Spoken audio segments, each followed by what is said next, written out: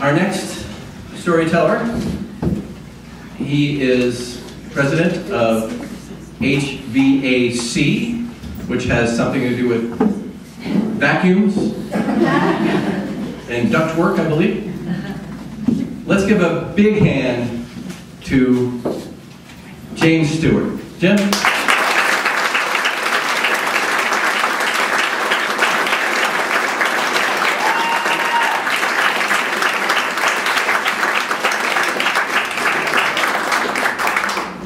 Didn't know I had bipolar. I was so happy when I came here. I want to go home. Incredible story. My story starts back in the 1970s. I was working as a foreman for a heating and air conditioning contractor. We were installing a heating system in a brand new school in Walsenburg, Colorado. Our task this particular day was to install a large heating coil 30 feet in the air in the ceiling of the gymnasium. It was a large coil. It weighed about 500 pounds. It was about 8 feet wide, about 3 feet high, and about 18 inches thick. And we had attached a large transition duct to the side of this coil that was about 5 feet long. We had a duct jack all set up, ready to crank this big piece of equipment up into the air. The duct jack would only reach 25 feet, and it only had a lifting capacity of 500 pounds. So to make the coil higher, to reach our altitude, I had built a basket that would sit on the forks of the duct jack to give us the additional 2 feet that we were going to need to get the top of the coil to 30 feet. Additionally, the duct jack had a lifting capacity of 500 pounds, but the coil with the transition duct and the basket that I had built, that whole apparatus weighed about 600 pounds. So we were a little overweight for the duct jack, but I wasn't really concerned about it because over the years we'd used this duct jack many times to lift much more weight than 600 pounds. The issue was that we had just never lifted 600 pounds to 30 feet before. At any rate, we had the duct jack set up, the coil was on the basket was on the forks of the duct jack. Bob was up on a scaffold 30 feet in the air waiting to receive the coil. All Bob had to do was to attach a few bolts through the hangers that we had already installed in the ceiling to the coil, and our task would be done. So we're ready to go, and I start to crank on this duct jack to lift this coil.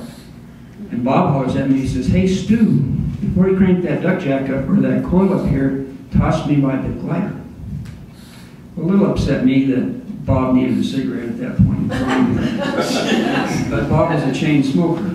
And, you know, to me, he only needed a cigarette lighter one time, that was in the morning. Because the rest of the day, he just lit one cigarette, another cigarette. At any rate, I knew Bob was a chain smoker, probably needed a cigarette. So I picked up a cigarette lighter and I tossed it to him. Unfortunately, my toss was a little short. Bob missed the lighter and it fell to the concrete floor. Bob was pretty upset. He just knew I destroyed his lighter. So I went over and picked it up, and it seemed to be okay to me, and while I'm standing there inspecting the lighter, Bob hogged in at me and said, "You toss that son of a bitch up here and get it this time. Get it to me this time, you know." I said, "All right, bozo, here it comes, you know." So that kind of pissed me off, the way he talked to me. So I backed up a few feet, and I'm ready to toss a cigarette lighter to Bozo. Well, I called him Bozo because he had this afro hairdo that stood out like this. Back in those days, there was a clown called Bozo the Clown. He had an afro hairdo. It was red, and it was big. But Bob's afro was huge. I mean, it was wide as his shoulders, way up above his head. It wasn't red, it was a dirty blonde, dirty dishwater color, you know. It wasn't attractive at all, it was hideous, actually. Bob and I shared a room in Walsenburg, Colorado, in a motel room, and in the morning Bob would get up, he'd spend 30 minutes prepping this hideous dirt, and then he'd spray about half a can of hairspray on it, and then he'd be ready to go. You know? So anyway, Bob's on the scaffold. I'm standing down below him, and I take a couple of steps back from the scaffold, and I heave this cigarette lighter at him like I'm a fast pitcher from the Rockies, you know. Well, Bob missed it. It slams into a beam in the ceiling of the gymnasium, falls to the concrete floor. Well, I'm convinced that we destroyed the lighter. So I went over and picked it up and flipped the dick a bit.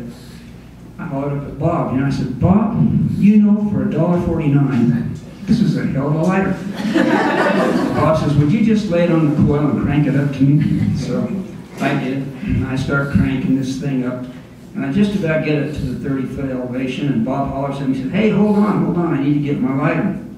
So I stop, and now I'm standing below this huge piece of equipment, 30 feet in the air, directly over my head. Didn't realize how big that thing would look at 30 feet. It's twice as big as it looked like when I was on the ground. And I had this terrible feeling, and I thought, God, I hope this thing doesn't fall. And about that time, the shaft on the duct tape buckled. Bob had put his weight out on the coil to reach the cigarette lighter, and it was just enough additional weight to cause the duct jack to buckle. At first I thought it was coming straight down, but it didn't. It just buckled. Bob felt it as he put his weight out on it, so he jumped back onto the scaffold. I saw the duct jack start to tip, and I thought, I can straighten it, and we're pushing with all my might. I couldn't stop it. I could feel it ever so slowly starting to come on over. The coil stayed on the basket stayed on the forks. It was just that the entire apparatus, 30 feet tall, was starting to tip over. I couldn't do anything about it. All I could do was around behind it, get the hell out of the way, and watch it fall. So as I'm standing there, helpless, watching in horror, as this entire apparatus starts to tip, I see two people walk in the store. 30 feet from where we had the duct jack set was a personnel door on the side of the gym. And as the whole apparatus tips, and it's about 4 feet above the door coming into the gymnasium, these two figures appear. There wasn't time to holler. There wasn't time to alert them. It was just one of these instantaneous things that happened. And then the coil slams into the ground with the force of a runaway locomotive. Bam! Dust flew. Somebody screamed like this blood-curdling scream, and I just knew I've just killed two people. My heart dropped like a rock. My knees turned to butter. I felt like I was going to vomit. I turned my back, hoping that that would all go away, that when I turned around it would be gone, that I didn't see what I saw, but I saw what I saw. I ran over to the coil. As the dust was settling, I realized those guys aren't under the coil. I just knew they were, but they weren't.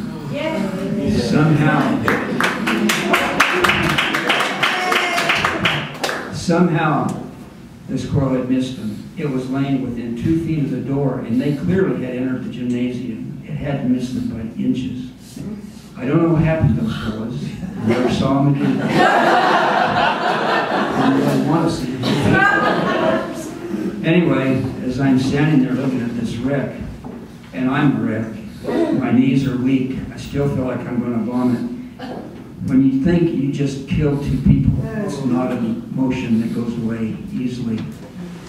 So I'm standing there surveying the damage, and I hear Bob from the scaffold. Where the hell did my lighter go?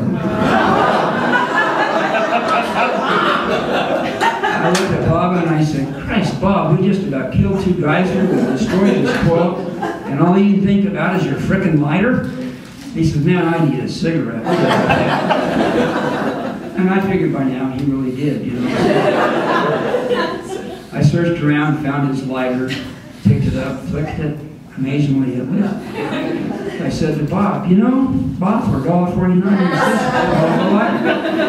by now, Bob's standing right beside me. He grabbed the lighter out of my hand, lit his cigarette, blew out this big puff of smoke. And we just stood there staring at each other through this cloud of smoke, speechless, unable to really think anything more about what had happened, what had just happened. Finally, after what seemed like an eternity, Bob said, God, I could use a beer. You know, that's a great idea, Bob. So we headed out to the annex, and the annex was a small restaurant attached to the bus depot.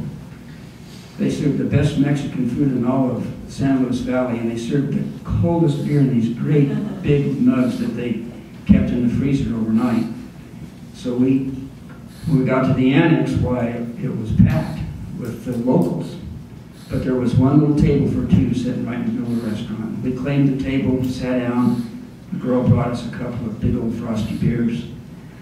And as she sat them down, we said, you know, you better bring us a picture because we're going to be here a while. So Bob lit a cigarette. A few minutes later, the gal brought us a really big old pitcher of beer. Frosty big pitcher full of ice cold beer. Bob tossed a cigarette out on the table, and we just sat there forever, just staring at each other, speechless, motionless, just thinking about what had just happened. Finally, I noticed Bob's lighter lay on the table. I picked it up and flicked it, and it lit. And I said, Bob, you know, for $1.49 this is a pretty good. Bob says, would you cut the jokes about my lighter and quit calling me Bozo, damn it? All right, Bob, I'm sorry, you know. So I turned the wheel up on this little bit lighter, and I flicked it again, and the flame got really big. And I turned it up some more and flicked it, and it was even bigger. And then I turned the flame all the way up, but it wouldn't light. I flicked it, and it wouldn't light. I tried several minutes to flick it and flick it and flick it. It wouldn't light. So I started turning the wheel down. Still couldn't get it to light. Well, after several tries, I told Bob, damn, Bob, I think I screwed up your $1.49 lighter. Bob grabbed the lighter in my hand, and immediately he flicks it, and immediately he puts it up to his ear. If there's any gas coming out, his head exploded. It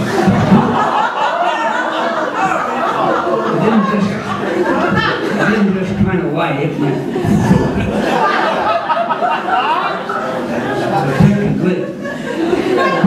It was an amazing lighter. I'm sitting at the table across from Bob, and this explosion just jumped back from the table and just scared the hell out of me and frightened. I couldn't believe it. This hairdo, this wide, was in total flames. I hollered at Bob. I said, Bob, your hair's on fire. He's still sitting there. And he goes, huh? I said, Bob, your hair's on fire. He goes, oh, shit. And he starts hitting his head with both hands, just beating on his head. And it is not helping. The flame's getting bigger. And the more it beats, the worse it gets. And finally, little flicks of hair that are still burning are breaking off and floating up into the air. Cinders out of a campfire. Some lady sitting at the table next to us screamed and jumped and ran away from the table. I didn't know what to do. I'm just sitting there in shock. My nerves, my emotions are fright already from what had already happened today, and now my buddy's turned into a human Roman candle. So finally, I did the only thing I could think to do. I grabbed that big ice cream pitcher of beer, I put out the fire.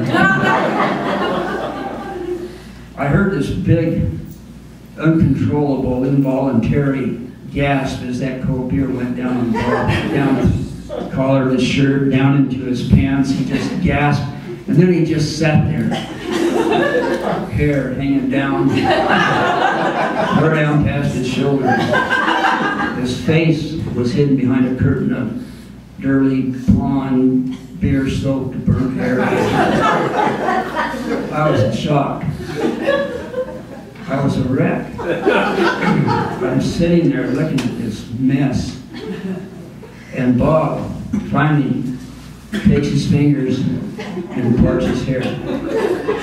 And out from behind the hair, like a curtain opening on a stage to display the actors, appear these two huge giant ball eyeballs. They look like golf balls with little dots painted all over them. And they were staring, but they weren't staring at anything. They were just staring, looking way out into space. Bob is just sitting there. I lost it. My emotions just let go. I broke out into this hysterical laugh. I could not control. It wasn't proper. I mean, Bob.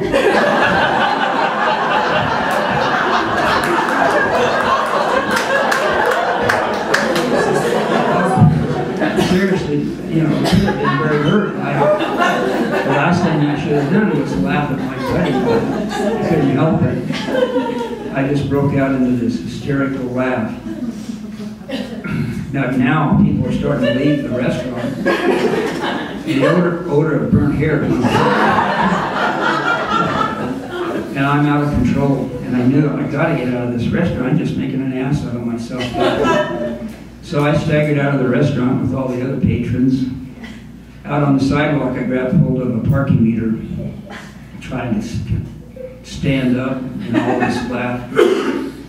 All of a sudden, Bob appears out of the restaurant. He's like this. And he's like a mummy with all this hair hanging down. His face has disappeared by now, and he just stands there kind of looking in my direction. By now, I'm laying on the ground, curled up around the post, totally out of control. And the sight of him just made it worse. Now I'm almost in a state of panic. I'm laughing, but in the sight I'm crying because my sight is killing me. My jaws feel like they're going to break. Tears are pulling out of my eyes, and I can't quit. I wanted to quit, but I could not quit laughing. All of a sudden, the waitress comes out of the restaurant. She comes busting out. She says, "What the hell just went on in here?" She had missed the whole scene. She was in the kitchen picking up some orders to deliver to people who were no longer there. Somehow, out of all this mess, I'd end up with Bob's lighter in my hand. And as I'm laying on the ground, looking at this waitress who's looking at me with this "I'm going to kill somebody" look on her face, all I could do was hold the lighter up in the air and say, "You know, for all of $40."